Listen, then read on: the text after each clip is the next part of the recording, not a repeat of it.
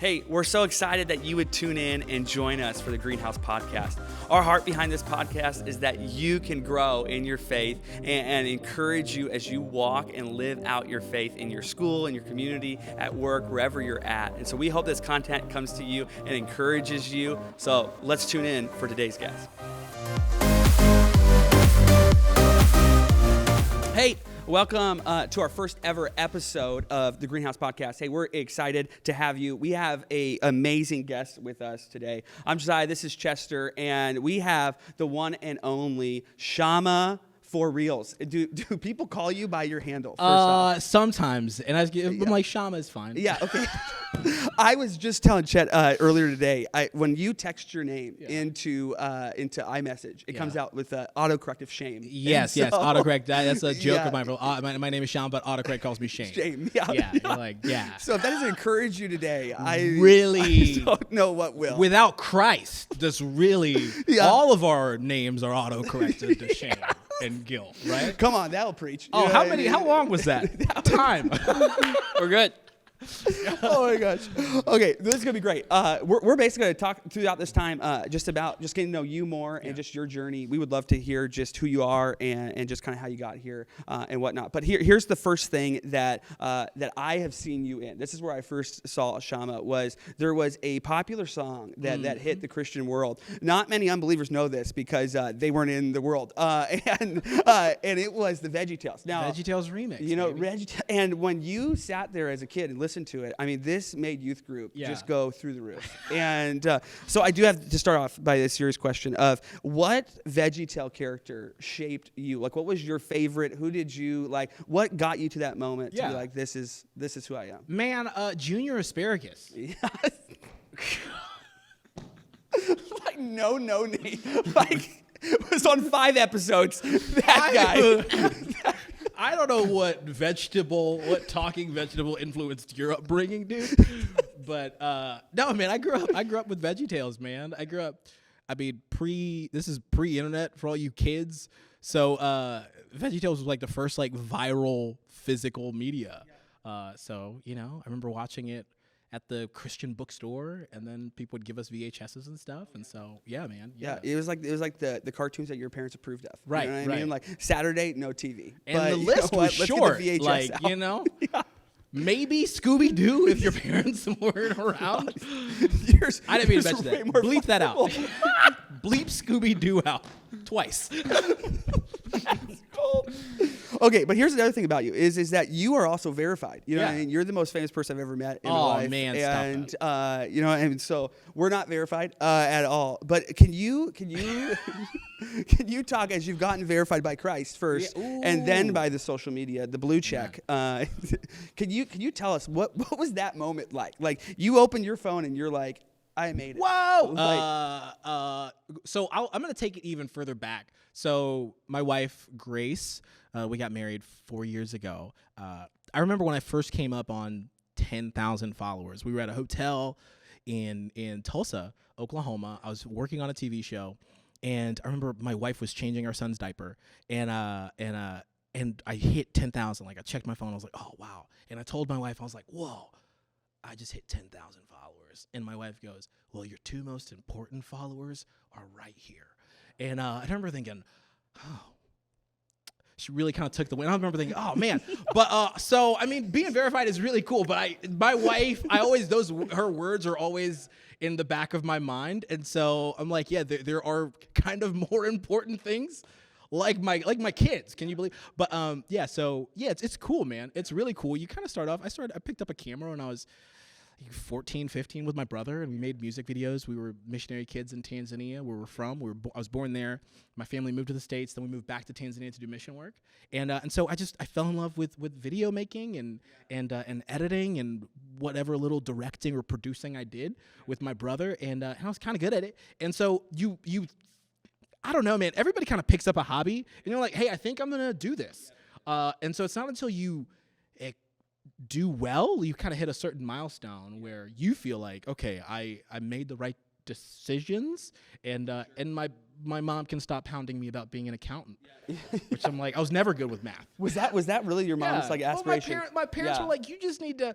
I got fired from a church. I went to Bible college, graduated with a Bible college degree, which is a piece of paper. If you don't work for a church, it's a piece of paper. And so there was like, hey, what are you gonna do with your life? And I was like, hey, I think I want to create videos. I think I just want to work in production.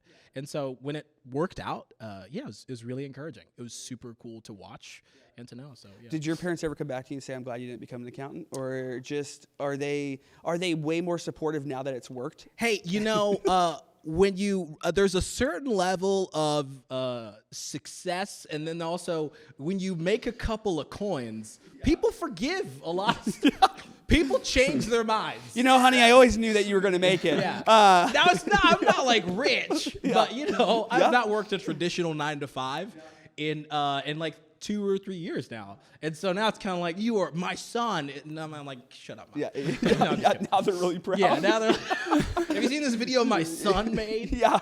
Check your Facebook. It's cool, man. It's really, it's super encouraging. Obviously, the internet is vast, and there are a lot of people who create, and there are a lot of blue checks, and there's so much content, man. But I love what I do. And it's cool to see people know about me and know about the stuff that I've made. Mm-hmm. That's good. Yeah. So you talked about your love for making videos. Do you have a favorite video, song, or reel that you've made? Me and my friend PD, longtime friend, we co-write a lot of videos together. Co-written videos, songs, sketches, parodies. We started this character. I pitched him this character called Loose Cannon Guest Speaker, which is just a pastor who's just says anything. And we write literally anything, like the worst things that we could think of. And we're just going to have him say this. And so that's been a ton of fun. But every time we make a video, like a Loose Cannon Guest Speaker video, we're at like part 9. Somebody will always comment something way worse, or I'll read an article about something that a pastor said that's like way worse. And I'm like, whoa. We need to step up, because these guys are the Michael Jordans of controversy, and we need to get in there. We need to we got to get more controversial, say more ridiculous things. No, but it's just fun, man. And we made a bunch of songs, like VeggieTales Remix is really cool. We made a song called Televangelist, which was a ton of fun, and a sketch. So it's fun, man. The friends that I work with, I've yet to lose a friend in terms of the creation process, and we just have a blast, man. We have a blast. And so reading comments and seeing how something does online, that's like the icing on the cake of a day that we spent together working on something, and then we cut it together, then press upload, and we're like, oh, it was fun. It's really cool. Yeah, that's amazing. Talk to me about for you, in your journey, obviously you found a passion in it as you were a kid, and then finally it started to play out and it started to work for you. But talk to me about maybe some downsides in things, maybe things that you didn't expect as you started to gain influence. Because I think that's also comes with the platform when you are influential, making great content that people love. There's also a negative side to that. So I will say, I think I went into it for a long time thinking that there was a magical, mythical finish line of when you cross this point, people just hand you jobs and money and opportunities. And I didn't find that. I'm still looking. So please, people with jobs, opportunity, and money, please hit me up. My number. There was just in my mind, I thought, oh, well, once you have 1 million views, then that's it. Hang it up. Turn your phone off, right? Pass your phone to somebody else. It just kind of it's all downhill from there. And it wasn't the case. I found that there have been really incredible checkpoints. And I think that's just life in general. I don't think there's a finish line of whatever career or ministry or whatever you're doing. There's not a milestone. You hear about people who win Oscars or MVPs or Grammys, and they're right back at it the next week. And that's just, we're designed the hunger, the drive, the hustle. I hate that word, that kind of gets you somewhere. It doesn't end. It's not quenched. I think there's just it turned into from a passion that I was good at and the stuff that I succeeded at to It's not. I'm not done. Okay, I need to go there, and then I need to audition for this, or I'm like, you don't want to just give it to me, and they're like, no. Can you audition for that? So yeah, it's been really interesting. When I learned that, I'll say like a flip, like oh my gosh, a switch flipped. Yeah. A flip switched. All right. Both are acceptable. Yeah. You did a flip and then you hit the switch. You're in ministry, right? And so there's certain things that you just think, oh man, once I do A, B, and C, it's over. Yep. I'm like, no, it's not. Like you got to keep going. The sun sets, it rises. Like you got to keep going. So. And I think that a lot of times people think there's this ladder that like you just have to like hit and then you get to the top. Yeah. And I love what you're saying because I think there's a perspective that there is a desire, and I think that is a desire that is even in us spiritually of like we're designed for work, and so like there's nothing that's going to come to your door knocking. And I think that sometimes the most falsified idea is that things are just going to be like, here you go. Wow, you did nothing. You didn't create a whole bunch of other videos before. You didn't create a whole bunch of content before. And not only that, here's 10 years worth of guaranteed work and a paycheck based on something you did. I think that's it. It goes from like you're married. It goes from this euphoria phase of in love to there's like work involved. And so that was like the big thing that I had to learn, and I enjoy it now. For a long time, my identity was like, and I know people use that term, like my identity was really wrapped up in videos and the work and the success and getting noticed and stuff like that. But I'm married. I love my wife Grace and our kids Ezra, Zoe, Lucy, and so I love raking. I got my kids little leaves. You got a 3-year-old. Like I got my kids the leaves. We're like raking up leaves. So there is this thing that I'm like I enjoy things away from the internet a lot more than I did you name it. A cool write-up or a bunch of numbers, like that's really cool, but they're more important things I think in life. And I think that what's so true is that there's that grounding of like a family or maybe it's friends or whatever that might be, but like there's a grounding that keeps you like grounded and real in moments, because the rest of it can get so distracting and take so much time away from you and become your quote unquote identity. And so when you can say, man, my family's my first ministry. Yeah. My family is going to get the best of me. I think that can change because a lot of times it's everything gets the best and then my family gets the rest. And so there's also longevity. The longevity. Like I want to last, and that's I still want to be creative. I still want to love my family. I still want to love my friends. I still want to travel and do all these things. And so early on, like. I worked for a church and it didn't work out. It didn't work out for me. And the pastor knew it and was like, hey, I don't think it's working out. I think we want to let you go. And, or you can like step down and go on a sabbatical and come back. And I was like, I think I just want to leave. And so, for a long time, I felt like I was just drifting. I felt purposeless. And I felt like I was not in ministry. I was not serving God. I was not, I like wasted my talents, all these things. And people would kind of approach me and talk to me about like, oh man, I heard you're not at that church anymore. And I'm like, I'm not there. It's not because I like murdered somebody. Yeah. Don't ask me. You know what I mean? It's not like I'm like, we're on like good terms. They come up to you like, hey, I heard you're not in ministry anymore. And I'm like, no.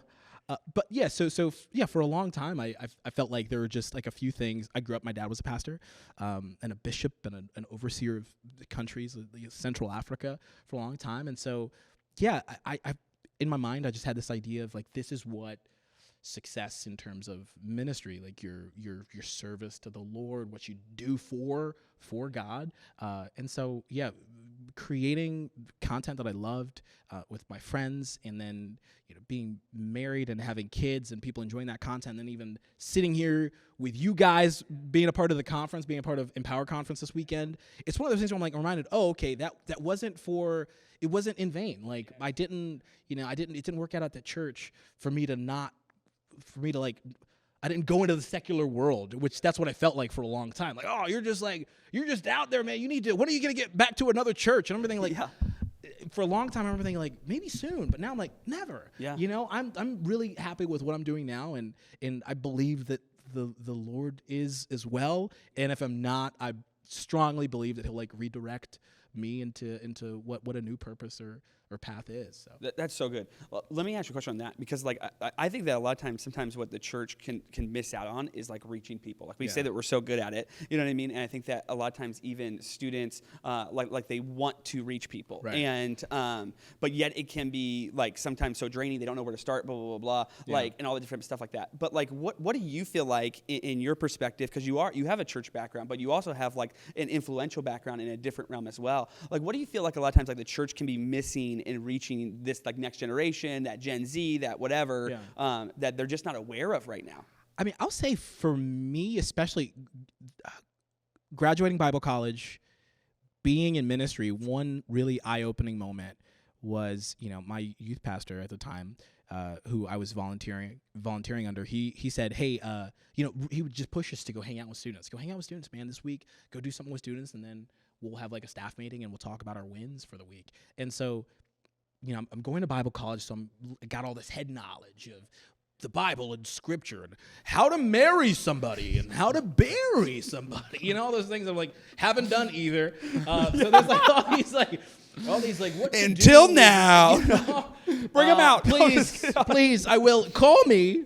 I'll marry and no.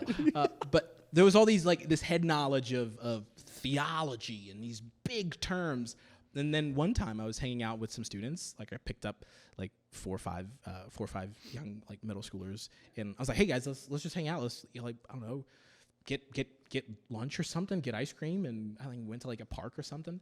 And you've been in student ministry as a leader. If you've never done that before, it's really awkward because you're.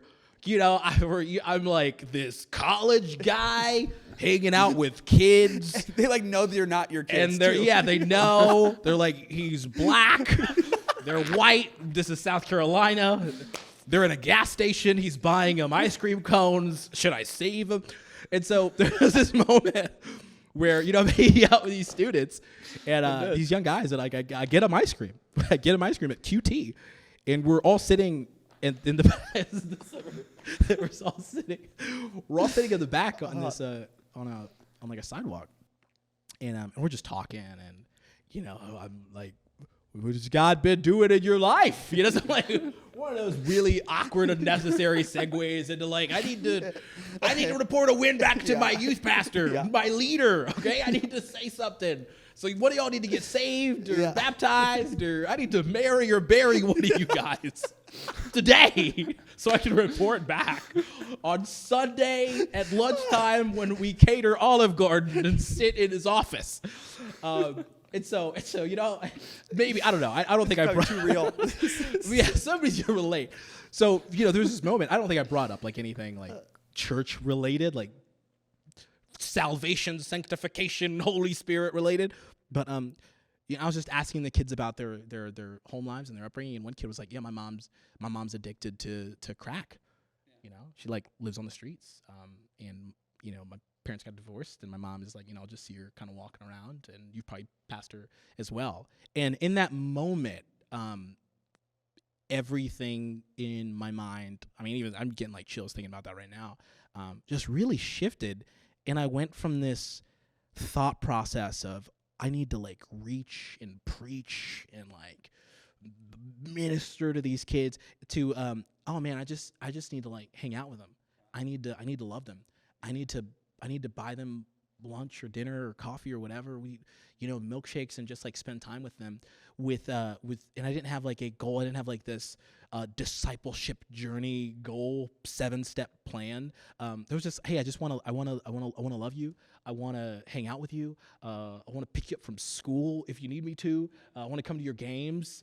I got some of them their first jobs. And so the priority really shifted. And I'm staring at one of the students. Now he's 22, and he traveled with me now. Tony, he wasn't. I don't think he was on that fateful QT ice cream date of 6 dudes. But I met him in youth ministry. I probably remember his first Wednesday in youth ministry, and we travel together. And he's worked. He worked on VeggieTales Remix. He's worked on a ton of stuff with me. So yeah, there's just, I think there's this goal of I want to do big things for the Lord, and being in Bible college and then also being in church. And that kind of shifted, and that even kind of changed when I became a youth pastor at that same church to, I was called to you got to preach and set up the backdrops and do all these things. And there's nothing wrong with the production of church. There's nothing wrong with any of that. But I knew so many of the students. I'd spent so much time with them one-on-one. But I was like, man, I don't know if these kids really care about how the lights look. More of them they're so concerned about just where we go to eat after this, a bonfire this weekend. So, I mean, yeah, I think, does that kind of answer? Oh, it's so good. Yeah. So, yeah. And I still believe that. And I don't know. I think I'm gonna die on that hill of what real true ministry looks like and what loving people looks like. And I think we've kind of lost our way on that. And I was, we've been riding along with Chad Weaver. He picked us up from the airport today. I don't mean to name drop him. Shout out to PepsiCo. But even talking to him, and he was just asking about going to conferences and stuff, and I was like, dude, I love this, man. I love hanging out with somebody, even just what we're doing now. Yeah. Even though we're recording this through cameras, it's at 4 with microphones. But there's just so much time that you just get to know people and their background and their experience and how they came to ministry. That I think that all that is, everything we do on stage that's cool. And it has its part, but what we do here, behind the scenes, one-on-one in the parking lot till 2 a.m. after wings or something, I think that's I would say even more important. That's really impacted my life.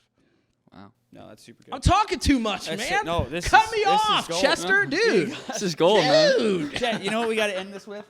I don't know. Maybe a little quick five. Quick five. Quick five. Quick five. We do a little segment here called Quick Five. Chet, tell them what it is. So basically, we're going to ask you to name 5 shows that shaped you and your comedy. Before you head out, hold on. Quick 5. This is 5 shows? 5 shows, or we can Whatever. say books. I don't know if you're a reader. You know what I Okay, mean? yeah, But yeah. I'm not. What if I was like, what are these shows? And Yeah, I pulled out rimless glasses. And I was like, what are these? TV? I've never heard of it. I've got a rotary phone. I was a missionary kid. Yeah, we did not even. I've read the Chronicles of Narnia 17 times. Which there's probably somebody who has read the Chronicles. Shout out to you. Shout out to you in that time commitment. Yeah. You know what I mean? Shout out to Yeah. you. The you're- Bible might be better use though. All right, just I know who you are. But Aslan is really, the figure Christ-like figure. You can tell. I just you get can way always more spot out of it. non-homeschoolers, dude. Just dogging on the Chronicles of Narnia, dude. Get out of here, you public school. You heathen. You don't dog on my mans. Okay, 5 shows. Though. Yeah. And they, whatever 5 shows. whatever shows. What do you feel like I'm gonna- have really shaped your comedy? I'm gonna take it way back. Okay. I'm gonna walk you back. Arthur on PBS. Oh gosh. Mainly because of that reggae. Every day when you're walking down the street, that reggae intro. I was Classic. making my son watch it, dude. He did not get it, dude. He did not get Isn't that such a stab to your heart that- though when your kids don't like what you love? Yeah, I was You're like- well, you're gonna learn it. He already knows what he likes. But let's watch maybe Arthur. Aardvark anime. Yeah, he's like Paw Patrol. Yeah, you're like, I tried. Hey, I did get my son into, I'll say my next one, Family Matters. Oh, yeah? My son and I, he's 2.5. We've been watching a lot of Family Matters, dude. Shout out to Steve Urkel. The fictional character, not the guy who plays him. But yeah, Family Matters, I grew up watching sitcoms like that. 30 Rock. I love Tina Fey, Tracy Morgan. Is that 3? What is another show, man? Yeah. What is another show? Or person. The You know what I Sweet mean? Life of Zach and Cody. The masterpiece. On deck or Both. And the crossover episodes. All right. You only hearing me? Bro, that Dude, y'all ain't ruined. hearing That me? ruined. You ain't never made a Sweet Life of Zach and Cody stand. Here I am, dude.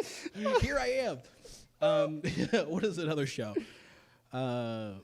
man, what's another show, dude? What do you like? Man? You know, well, I mean, I always feel like Office is always a big one. You know, people love The Office. I didn't get but into you know, that. but me, I mean, growing up, man, you know what? Like, cause I would say I'm a pretty creative person. Yeah. You know, some probably would just totally disagree. They're like, what? That's a lie. But I loved Adventures in Odyssey. Oh, okay. When you put that I cassette tape gotta in, say that, you know what I dude. mean? Like when you put that cassette tape in and it took you there, you got that guy's deep voice that's like, Adventures of Odyssey. You're like, oh gosh, I'm there. So that one for me. And then the worst part was when they created the video, because then when they created the video, you had a different mindset of all these characters. And then it was like, you ruined this. You're like, whoa, stop it. Yeah. Cut the tape. Literally.